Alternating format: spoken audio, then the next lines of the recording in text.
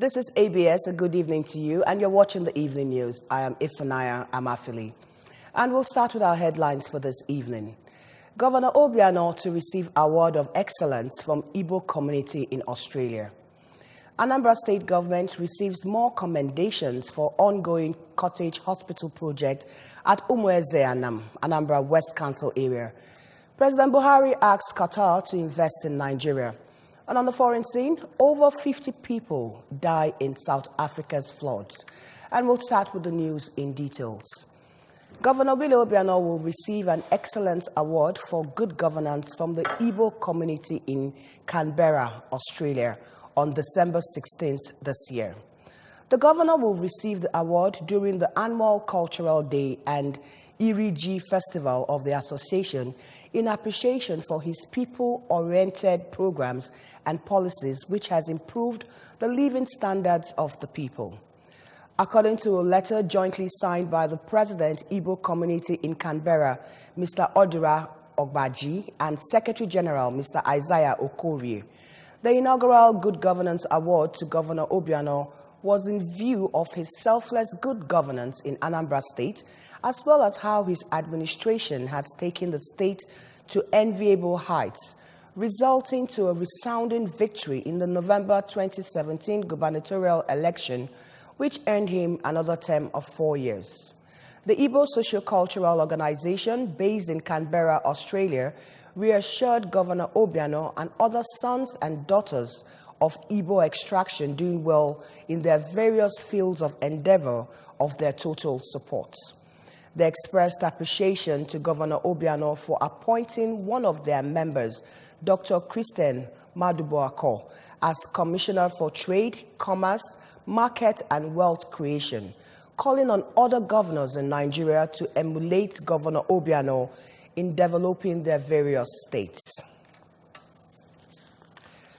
5 priests were over the weekend installed canons, and 1 canon collated a venerable by the Anglican Bishop of Awka Diocese, Right Reverend Alexander Ibezim. The service, which took place at the Cathedral Church of St. Faith Awka, drew bishops, other members of the clergy, knights and ladies of the church, Anglican faithfuls, friends and well-wishers to the event. And our religious correspondent, Amaka Chibuzo Koye, attended the service and now reports.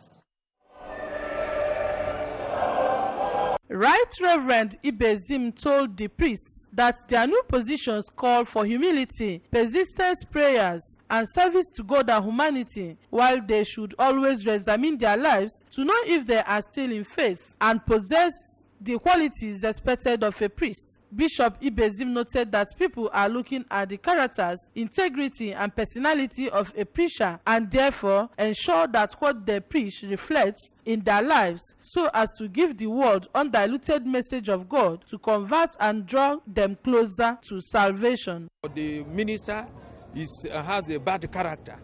The message will not have effect. We are in a broken world, and the world is looking at ministers whose messages will be matched with the character of their lives. In a sermon, the retired bishop, Diocese of Isukwato Umunnochi, Right Reverend Sam Chukwuka, who drew his message from the church marches on, said the priests have been exposed to greater responsibilities and should renew their relationship with God and one another, as well be careful not to lead the flocks under their care astray. Right Reverend Chukwuka, who was the retreatant during the retreat that preceded the installation, stated that God has given them authority to make disciples and charged them to use their time, treasure, and talent to work for Christ. The more you take higher responsibility, the more you should be careful about greater judgment. We need to be very careful when we receive promotion in the church to serve in a higher rank. In their separate speeches, Venerable Christian Nkem Okafor and Reverend Canon Charles Chukura, on behalf of the newly collected and installed Venerable and Canons, thank God for the elevation, noting that God, who called them, will strengthen and equip their ministry for his service. My promise to God is that I will remain faithful to him and serve him as long as He gives me life. I can obey human being and launch myself into battle, knowing fully that He will cut my life. Nothing will stop me from serving God. The priests swore an oath of canonical obedience, allegiance to God, an oath against homosexuality and bisexuality. Special rendition by the choir, installation and collation added glamour to the service. From Cathedral Church of St. Faith's, Oka, Amaka Chibuzo Okoye, ABS News. The people of Oka community in Oka South local government area have once again reposed confidence on their enthroned leader, Obi Dr. Gibson Musu Ezeuzu, the second of Oka. This was a unanimous statement made by the indigents of the community during the general meeting of the town known as Oka Assembly. Our correspondent Ngozi Obileri covered the event, which took place at the old Oka Stadium, the site for the town's civic center under construction. At the event, the traditional ruler of Oka, Obi Nwosu, appreciated Governor Obiano for developing the community since he assumed office, commending him for approving the construction of many feeder roads in Oka. Obi Nwosu added that the community is solidly behind his government, which he said has contained series of provocations and plans to incite crisis in the community, calling on every Onyoka to work towards the growth and development of the community by allowing peace to reign. A former presidential advisor, Chief Ben Ndiobi, who is a stakeholder in the community, said that Oka Assembly is where all the citizens gather to take decisions that will be binding on every Onyoka.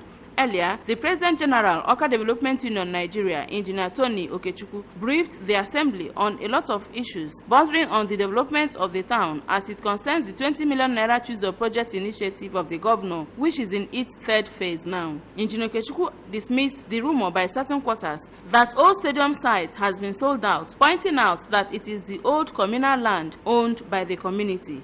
Several others who spoke during the meeting suggested ways to sustaining peace and progress of the community, where they said that the land where the civic center is being constructed is now the meeting point of the town. The oldest man among them later prayed over the unanimous decisions of the assembly. Those present at the meeting were the elders, other title holders, kingmakers, the youth, and other opinion leaders in the community. In Oka, I am Ngozi Obileri for ABS News.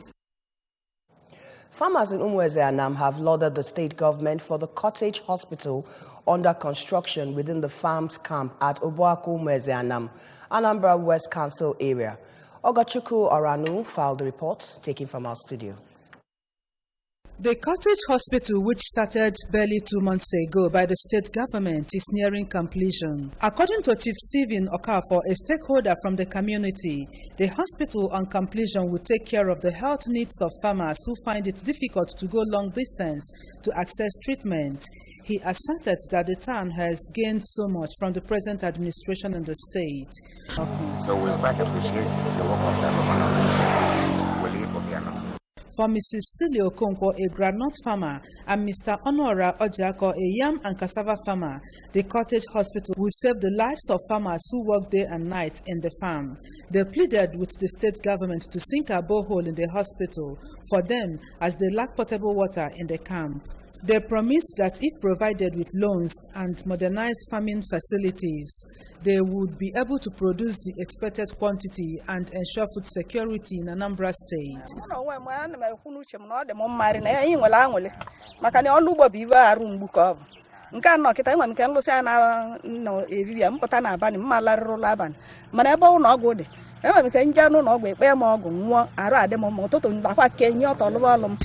For his part, Mr. Chimuba Emeka, another stakeholder in Umueze Anam, government should devise a means of ensuring that loan facilities get to the community where genuine farmers are concentrated. We are right now inside the farm, and you can see the farmers themselves. These are the farmers the road is supposed to reach, and they have confirmed here that they don't receive loans.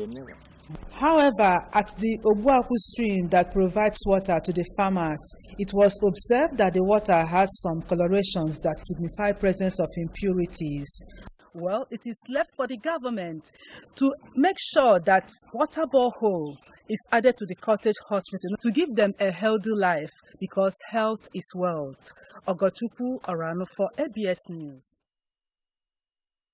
As part of efforts to give the less privileged succor this Easter, parishioners of the Anglican Diocese of Aguata on Easter Monday donated clothing materials, shoes, food, beverages, detergents, among others, to indigent members of the public. The donations were made during the first edition of the Diocesan Easter Retreat tagged A Visit to Galilee, which took place at St. Margaret's Church Field in Indi-Ike-Leonwu in Orumba North Local Government Area. And we have details. During the event, the Anglican Bishop of Aguata Diocese, Right Reverend Samuel Ezofo, who maintained that without event there will be no history, said that the resurrection of Christ on Easter brought hope to Christians in addition to giving them victory. He called on Christians to aspire to be apostles of peace wherever they find themselves for enhanced development of the society. Victory, Mary, Jesus, Mary, Mary, Mary Kwensu, Mary Omo, Mary Ili, Mary everything, In their various remarks, a one-time President General of Indi-Ike-Leonwu, Mr. Aboike, and the traditional ruler of the community, as a Professor Chukwuemeka Ike, who described the event as remarkable, called on Christians to always live Christ-like life in order to inherit the kingdom of God.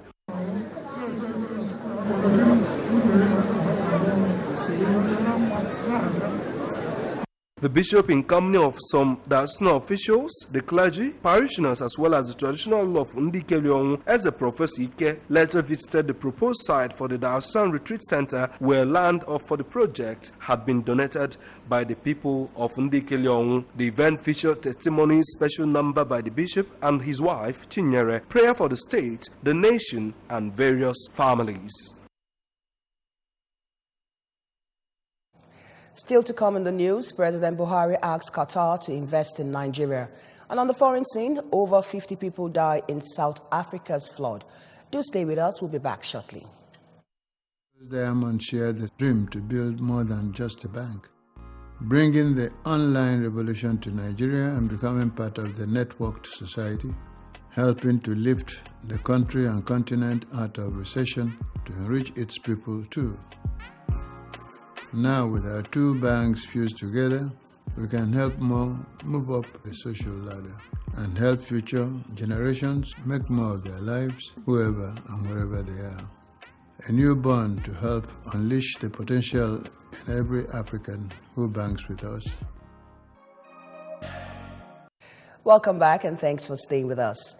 President Muhammadu Buhari wants Qatar to invest in petroleum, power, aviation, agriculture, railway, and other sectors in the country. President Buhari made this overture when the Emir of Qatar, Sheikh Tamim bin Hamad Al Thani, paid a visit to the State House in Abuja. The president, who is also soliciting Qatar's support with the overhaul of the Lake Chad Basin, said the basin would boost fishing and farming activities and empower youths. Sheikh Hamad Al Thani said his country is willing to enhance bilateral trade and economic cooperation with Nigeria. The Nigerian Communication Commission has declared the registration of 95.7 million subscriber identity model cards invalid because of improper capture of fingerprints and faces. The Telecommunications Regulatory Agency said may soon send the owners of the SIM cards back to registration centers where their details will be properly captured. The Executive Commissioner, Stakeholders Management, NCC, Mr. Sunday Dare, made the disclosure of improper SIM registration at a regional sensitization workshop in Port Harcourt, Rivers State, according to a statement made available to correspondents in Abuja. Speaking on the dangers of fraudulently pre-registered SIM cards, Dare, who was represented at the forum by the Director, Compliance, Monitoring and Enforcement at the Commission, Mr. Efosa Ideheng, said those who indulge in the illegal activity will be charged for felony, adding that they risk 25 years imprisonment as prescribed by the law. Moving over to the foreign scene, at least 51 people have been killed in floodings in South Africa, a local official said, as President Cyril Ramaphosa flew into the deluged eastern region of the country. Heavy rains have lashed South Africa in recent days, with the southern and eastern parts of the country badly hit since last weekend.